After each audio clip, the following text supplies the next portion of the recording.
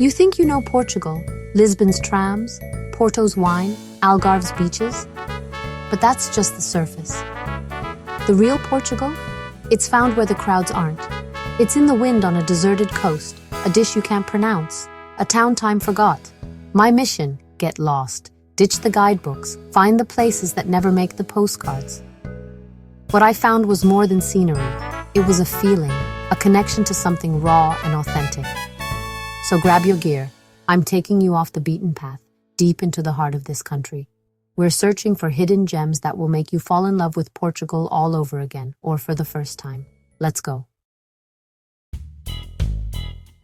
First stop, a beach, but not the kind you're picturing. This isn't a place with sunbeds and ice cream stands. The GPS quit miles back. No signal, no guidance.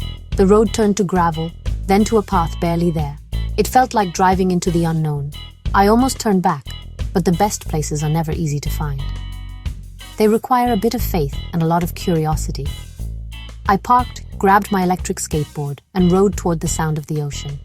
The anticipation was electric. Through a gap in the cliffs, a perfect crescent of golden sand. Empty, wild, powerful. Praia da Ursa, it felt like a hidden paradise. They say one rock looks like a bear with its cub, a natural sculpture carved by time and tide. Maybe it does, doesn't matter. What matters is the feeling of discovery. The place felt ancient, untouched, like stepping back in time to a world before humans. The waves crashed, the cliffs loomed, and I felt small in the best way. It was humbling and exhilarating. I dove into the freezing water, a baptism. The cold shocked my system, but it was invigorating. This isn't a spot you stumble on, you earn it. Leaving was hard. It felt like leaving a piece of my soul behind. You want to keep places like this secret. But what's the point if you can't share them? The joy of discovery is meant to be shared. That's gem number 1. A beach that rewards the curious and the bold. A place that makes the journey worth it. Now, I'm trading waves for history. The adventure continues. There's so much more to explore. Let's see what else Portugal is hiding. The journey is just beginning. As you leave the bustling coast behind and head inland, the landscape transforms dramatically. The air grows drier, the earth takes on a sun-baked hue, and pine trees stand like sentinels along the winding roads. Here, in the heart of Portugal, lies a village that locals speak of in hushed tones. Monsanto, a place seemingly untouched by the rush of modern life. What makes Monsanto truly extraordinary is how its houses are not just built on the mountain, but within it. Giant granite boulders, some as large as small houses themselves, form the very walls and roofs of these homes. It's as if the mountain itself decided to shelter its people, cradling them in stone. Walking here, you feel as though you've stepped into a world where nature and humanity are partners, not rivals. The streets twist and climb, impossibly steep and paved with ancient cobblestones, polished smooth by centuries of footsteps. No cars disturb the peace, only the sound of your own breath and the crunch of gravel underfoot. Around every corner, you find a doorway tucked beneath a massive rock, or a staircase carved directly into the hillside, each one a testament to the ingenuity and resilience of those who built this place. On a quiet stone bench, I met an elderly woman, her hands deftly mending lace with a skill passed down through generations. We didn't share a common language, but in that moment, words weren't needed. Her smile, warm and knowing, spoke of a lifetime spent in this village, of stories woven into every thread and stone. Climbing higher, the village gives way to the ruins of a once mighty Knights Templar castle. From its crumbling walls you can see for miles, the endless plains stretching out below, golden and green, dotted with olive groves and distant farms. Centuries ago, these ramparts watched for invaders. Now they offer only peace and a breathtaking view that makes you feel small in the best possible way. Life here moves at a different pace. There are no tourist shops hawking souvenirs, just a handful of cozy cafes where locals gather. You might see a man guiding his donkey through the alleys, or children laughing as they kick a soccer ball against walls that have stood for centuries. The rhythm of Monsanto is slow, steady, and deeply rooted in tradition. Monsanto isn't a secret, but it feels like a place preserved in amber, raw, authentic, and rewarding for those who take the time to truly see it. Here, the past isn't just remembered. It's lived every day in the way people greet each other, in the food they share, and in the quiet pride they take in their home. From above, Monsanto is a breathtaking mosaic, a seamless fusion of human ingenuity and the raw power of nature. The village doesn't dominate the landscape. It becomes part of it, proof that the most lasting achievements come from adapting to the world, not trying to conquer it. As the sun sets, the granite boulders catch the last golden light, glowing softly as the village settles into evening.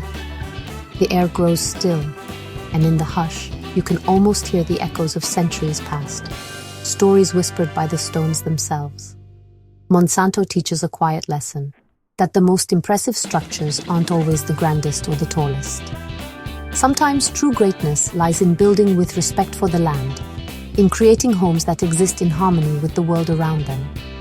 This village is a living masterpiece, a testament to patience, creativity, and the enduring bond between people and place.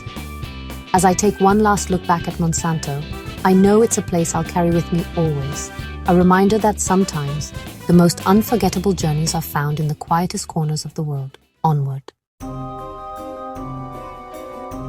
Next, I craved adrenaline, so I headed to Peneda Gueiras National Park, Portugal's only national park. This place is wild ancient Roman roads, lush forests, rocky peaks, and crystal rivers. My goal: hike, climb, and dive in. I trekked to Cascada do Arado, crossing rickety bridges and meeting wild Guarano ponies along the way. The waterfall was a series of emerald pools. I jumped in, icy, exhilarating. Then canyoning, rappelling down waterfalls, leaping off cliffs, sliding down rock chutes with a local guide. Terrifying, thrilling, pure joy. Between jumps, I floated in quiet pools, sky above, birds singing, a perfect balance of excitement and peace. Gueiras is accessible, not remote. Real adventure is closer than you think. I ended the day by a campfire, stars blazing overhead, feeling accomplished and alive. Gueiras isn't just a park. It's an experience you live, not just see. It pushes your limits and connects you to nature in a way you'll never forget. Ready for the next taste of Portugal? After all that adventure, I was starving. My stomach was rumbling, and I could practically taste the promise of something delicious in the air. There's nothing like a day of exploring to work up a serious appetite, and I was ready to dive into the heart of Portuguese cuisine. Time for the real flavor of Portugal, a local market. Not just any market, but the legendary Olhão Municipal Market, a place where the region's traditions come alive every morning. In Olhão, the municipal market is a sensory overload. Fresh fish glistening on ice, ripe fruit stacked in colorful pyramids, the aroma of just-baked bread, and the constant buzz of locals haggling over the day's catch. The energy here is contagious, and every corner offers something new to discover. This isn't a tourist show, it's the heart of the town.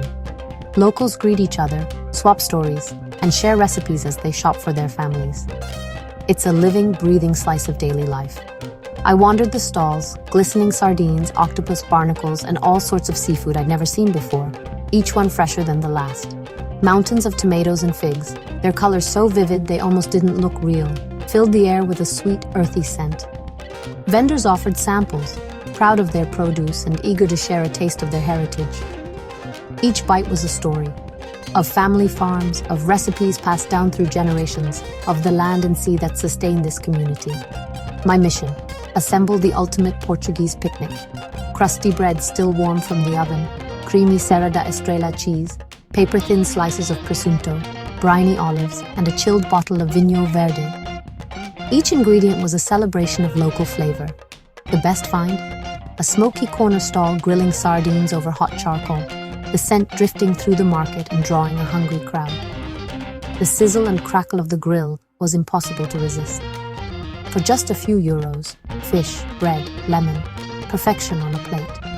The sardines were smoky, tender, and bursting with flavor. The bread perfect for soaking up every last drop of juice. I ate on the seawall, feet dangling above the water, watching boats bob in the harbor and fishermen mend their nets. The salty breeze and the sound of gulls made it all taste even better. This is travel, tasting, smelling, experiencing with all your senses. Every bite, every scent, every sound becomes a memory you'll carry long after you leave. Food is the most direct way to connect with a culture. It tells the story of land, sea, and people. Here you see the faces behind the food, the hands that grew, caught, or made it. Markets like this are the soul of a place. They're where traditions are kept alive, where communities gather, and where you can truly feel the pulse of a town. You learn more here in an hour than in a week of museums. Every conversation, every taste, is a lesson in history, geography, and culture. So wherever you go, find the market. Be curious, taste something new. Let your senses guide you, and you'll discover the true flavor of a place. This picnic, sun on my face, sea in the air, 5 stars, no reservation needed. Sometimes the best meals are the simplest ones, shared with locals and savored slowly. Now, what's for dinner? For my final hidden gem, I wanted something unforgettable. In Evora, I found it the Chapel of Bones. From the outside, it's a normal church. Inside, the walls and pillars are built from the bones of over 5,000 people. The monks who built it wanted to remind us, life is fleeting. Above the entrance, we bones that are here, for yours we wait. It's not meant to be scary, but to make you reflect. Standing there, you think about the people these bones belong to, their lives, their stories. It's humbling. All the little worries fade away. I filmed slowly, respectfully, letting the atmosphere speak. The chapel isn't about death, it's about appreciating life. Stepping back into the sun, the world feels brighter, more alive. This isn't just a curiosity, it's a place that shifts your perspective. Portugal isn't just beaches and pastries. It's history, philosophy, and a culture unafraid to ask big questions. For a traveler, that's the ultimate treasure. That was my Portugal. A secret beach, a stone village, wild rivers, a bustling market, and a chapel of bones. For every spot I showed you, there are 100 more waiting to be found. The real magic of travel isn't ticking boxes. It's the moments, a grilled sardine, a cold river, silent history. It's about connections to people, places, and new perspectives. So when you travel, leave room for the unknown. Go get lost. I share these stories to inspire you to find your own adventures. If you want more, subscribe and join me for the next journey. Thanks for watching. Now go book a flight.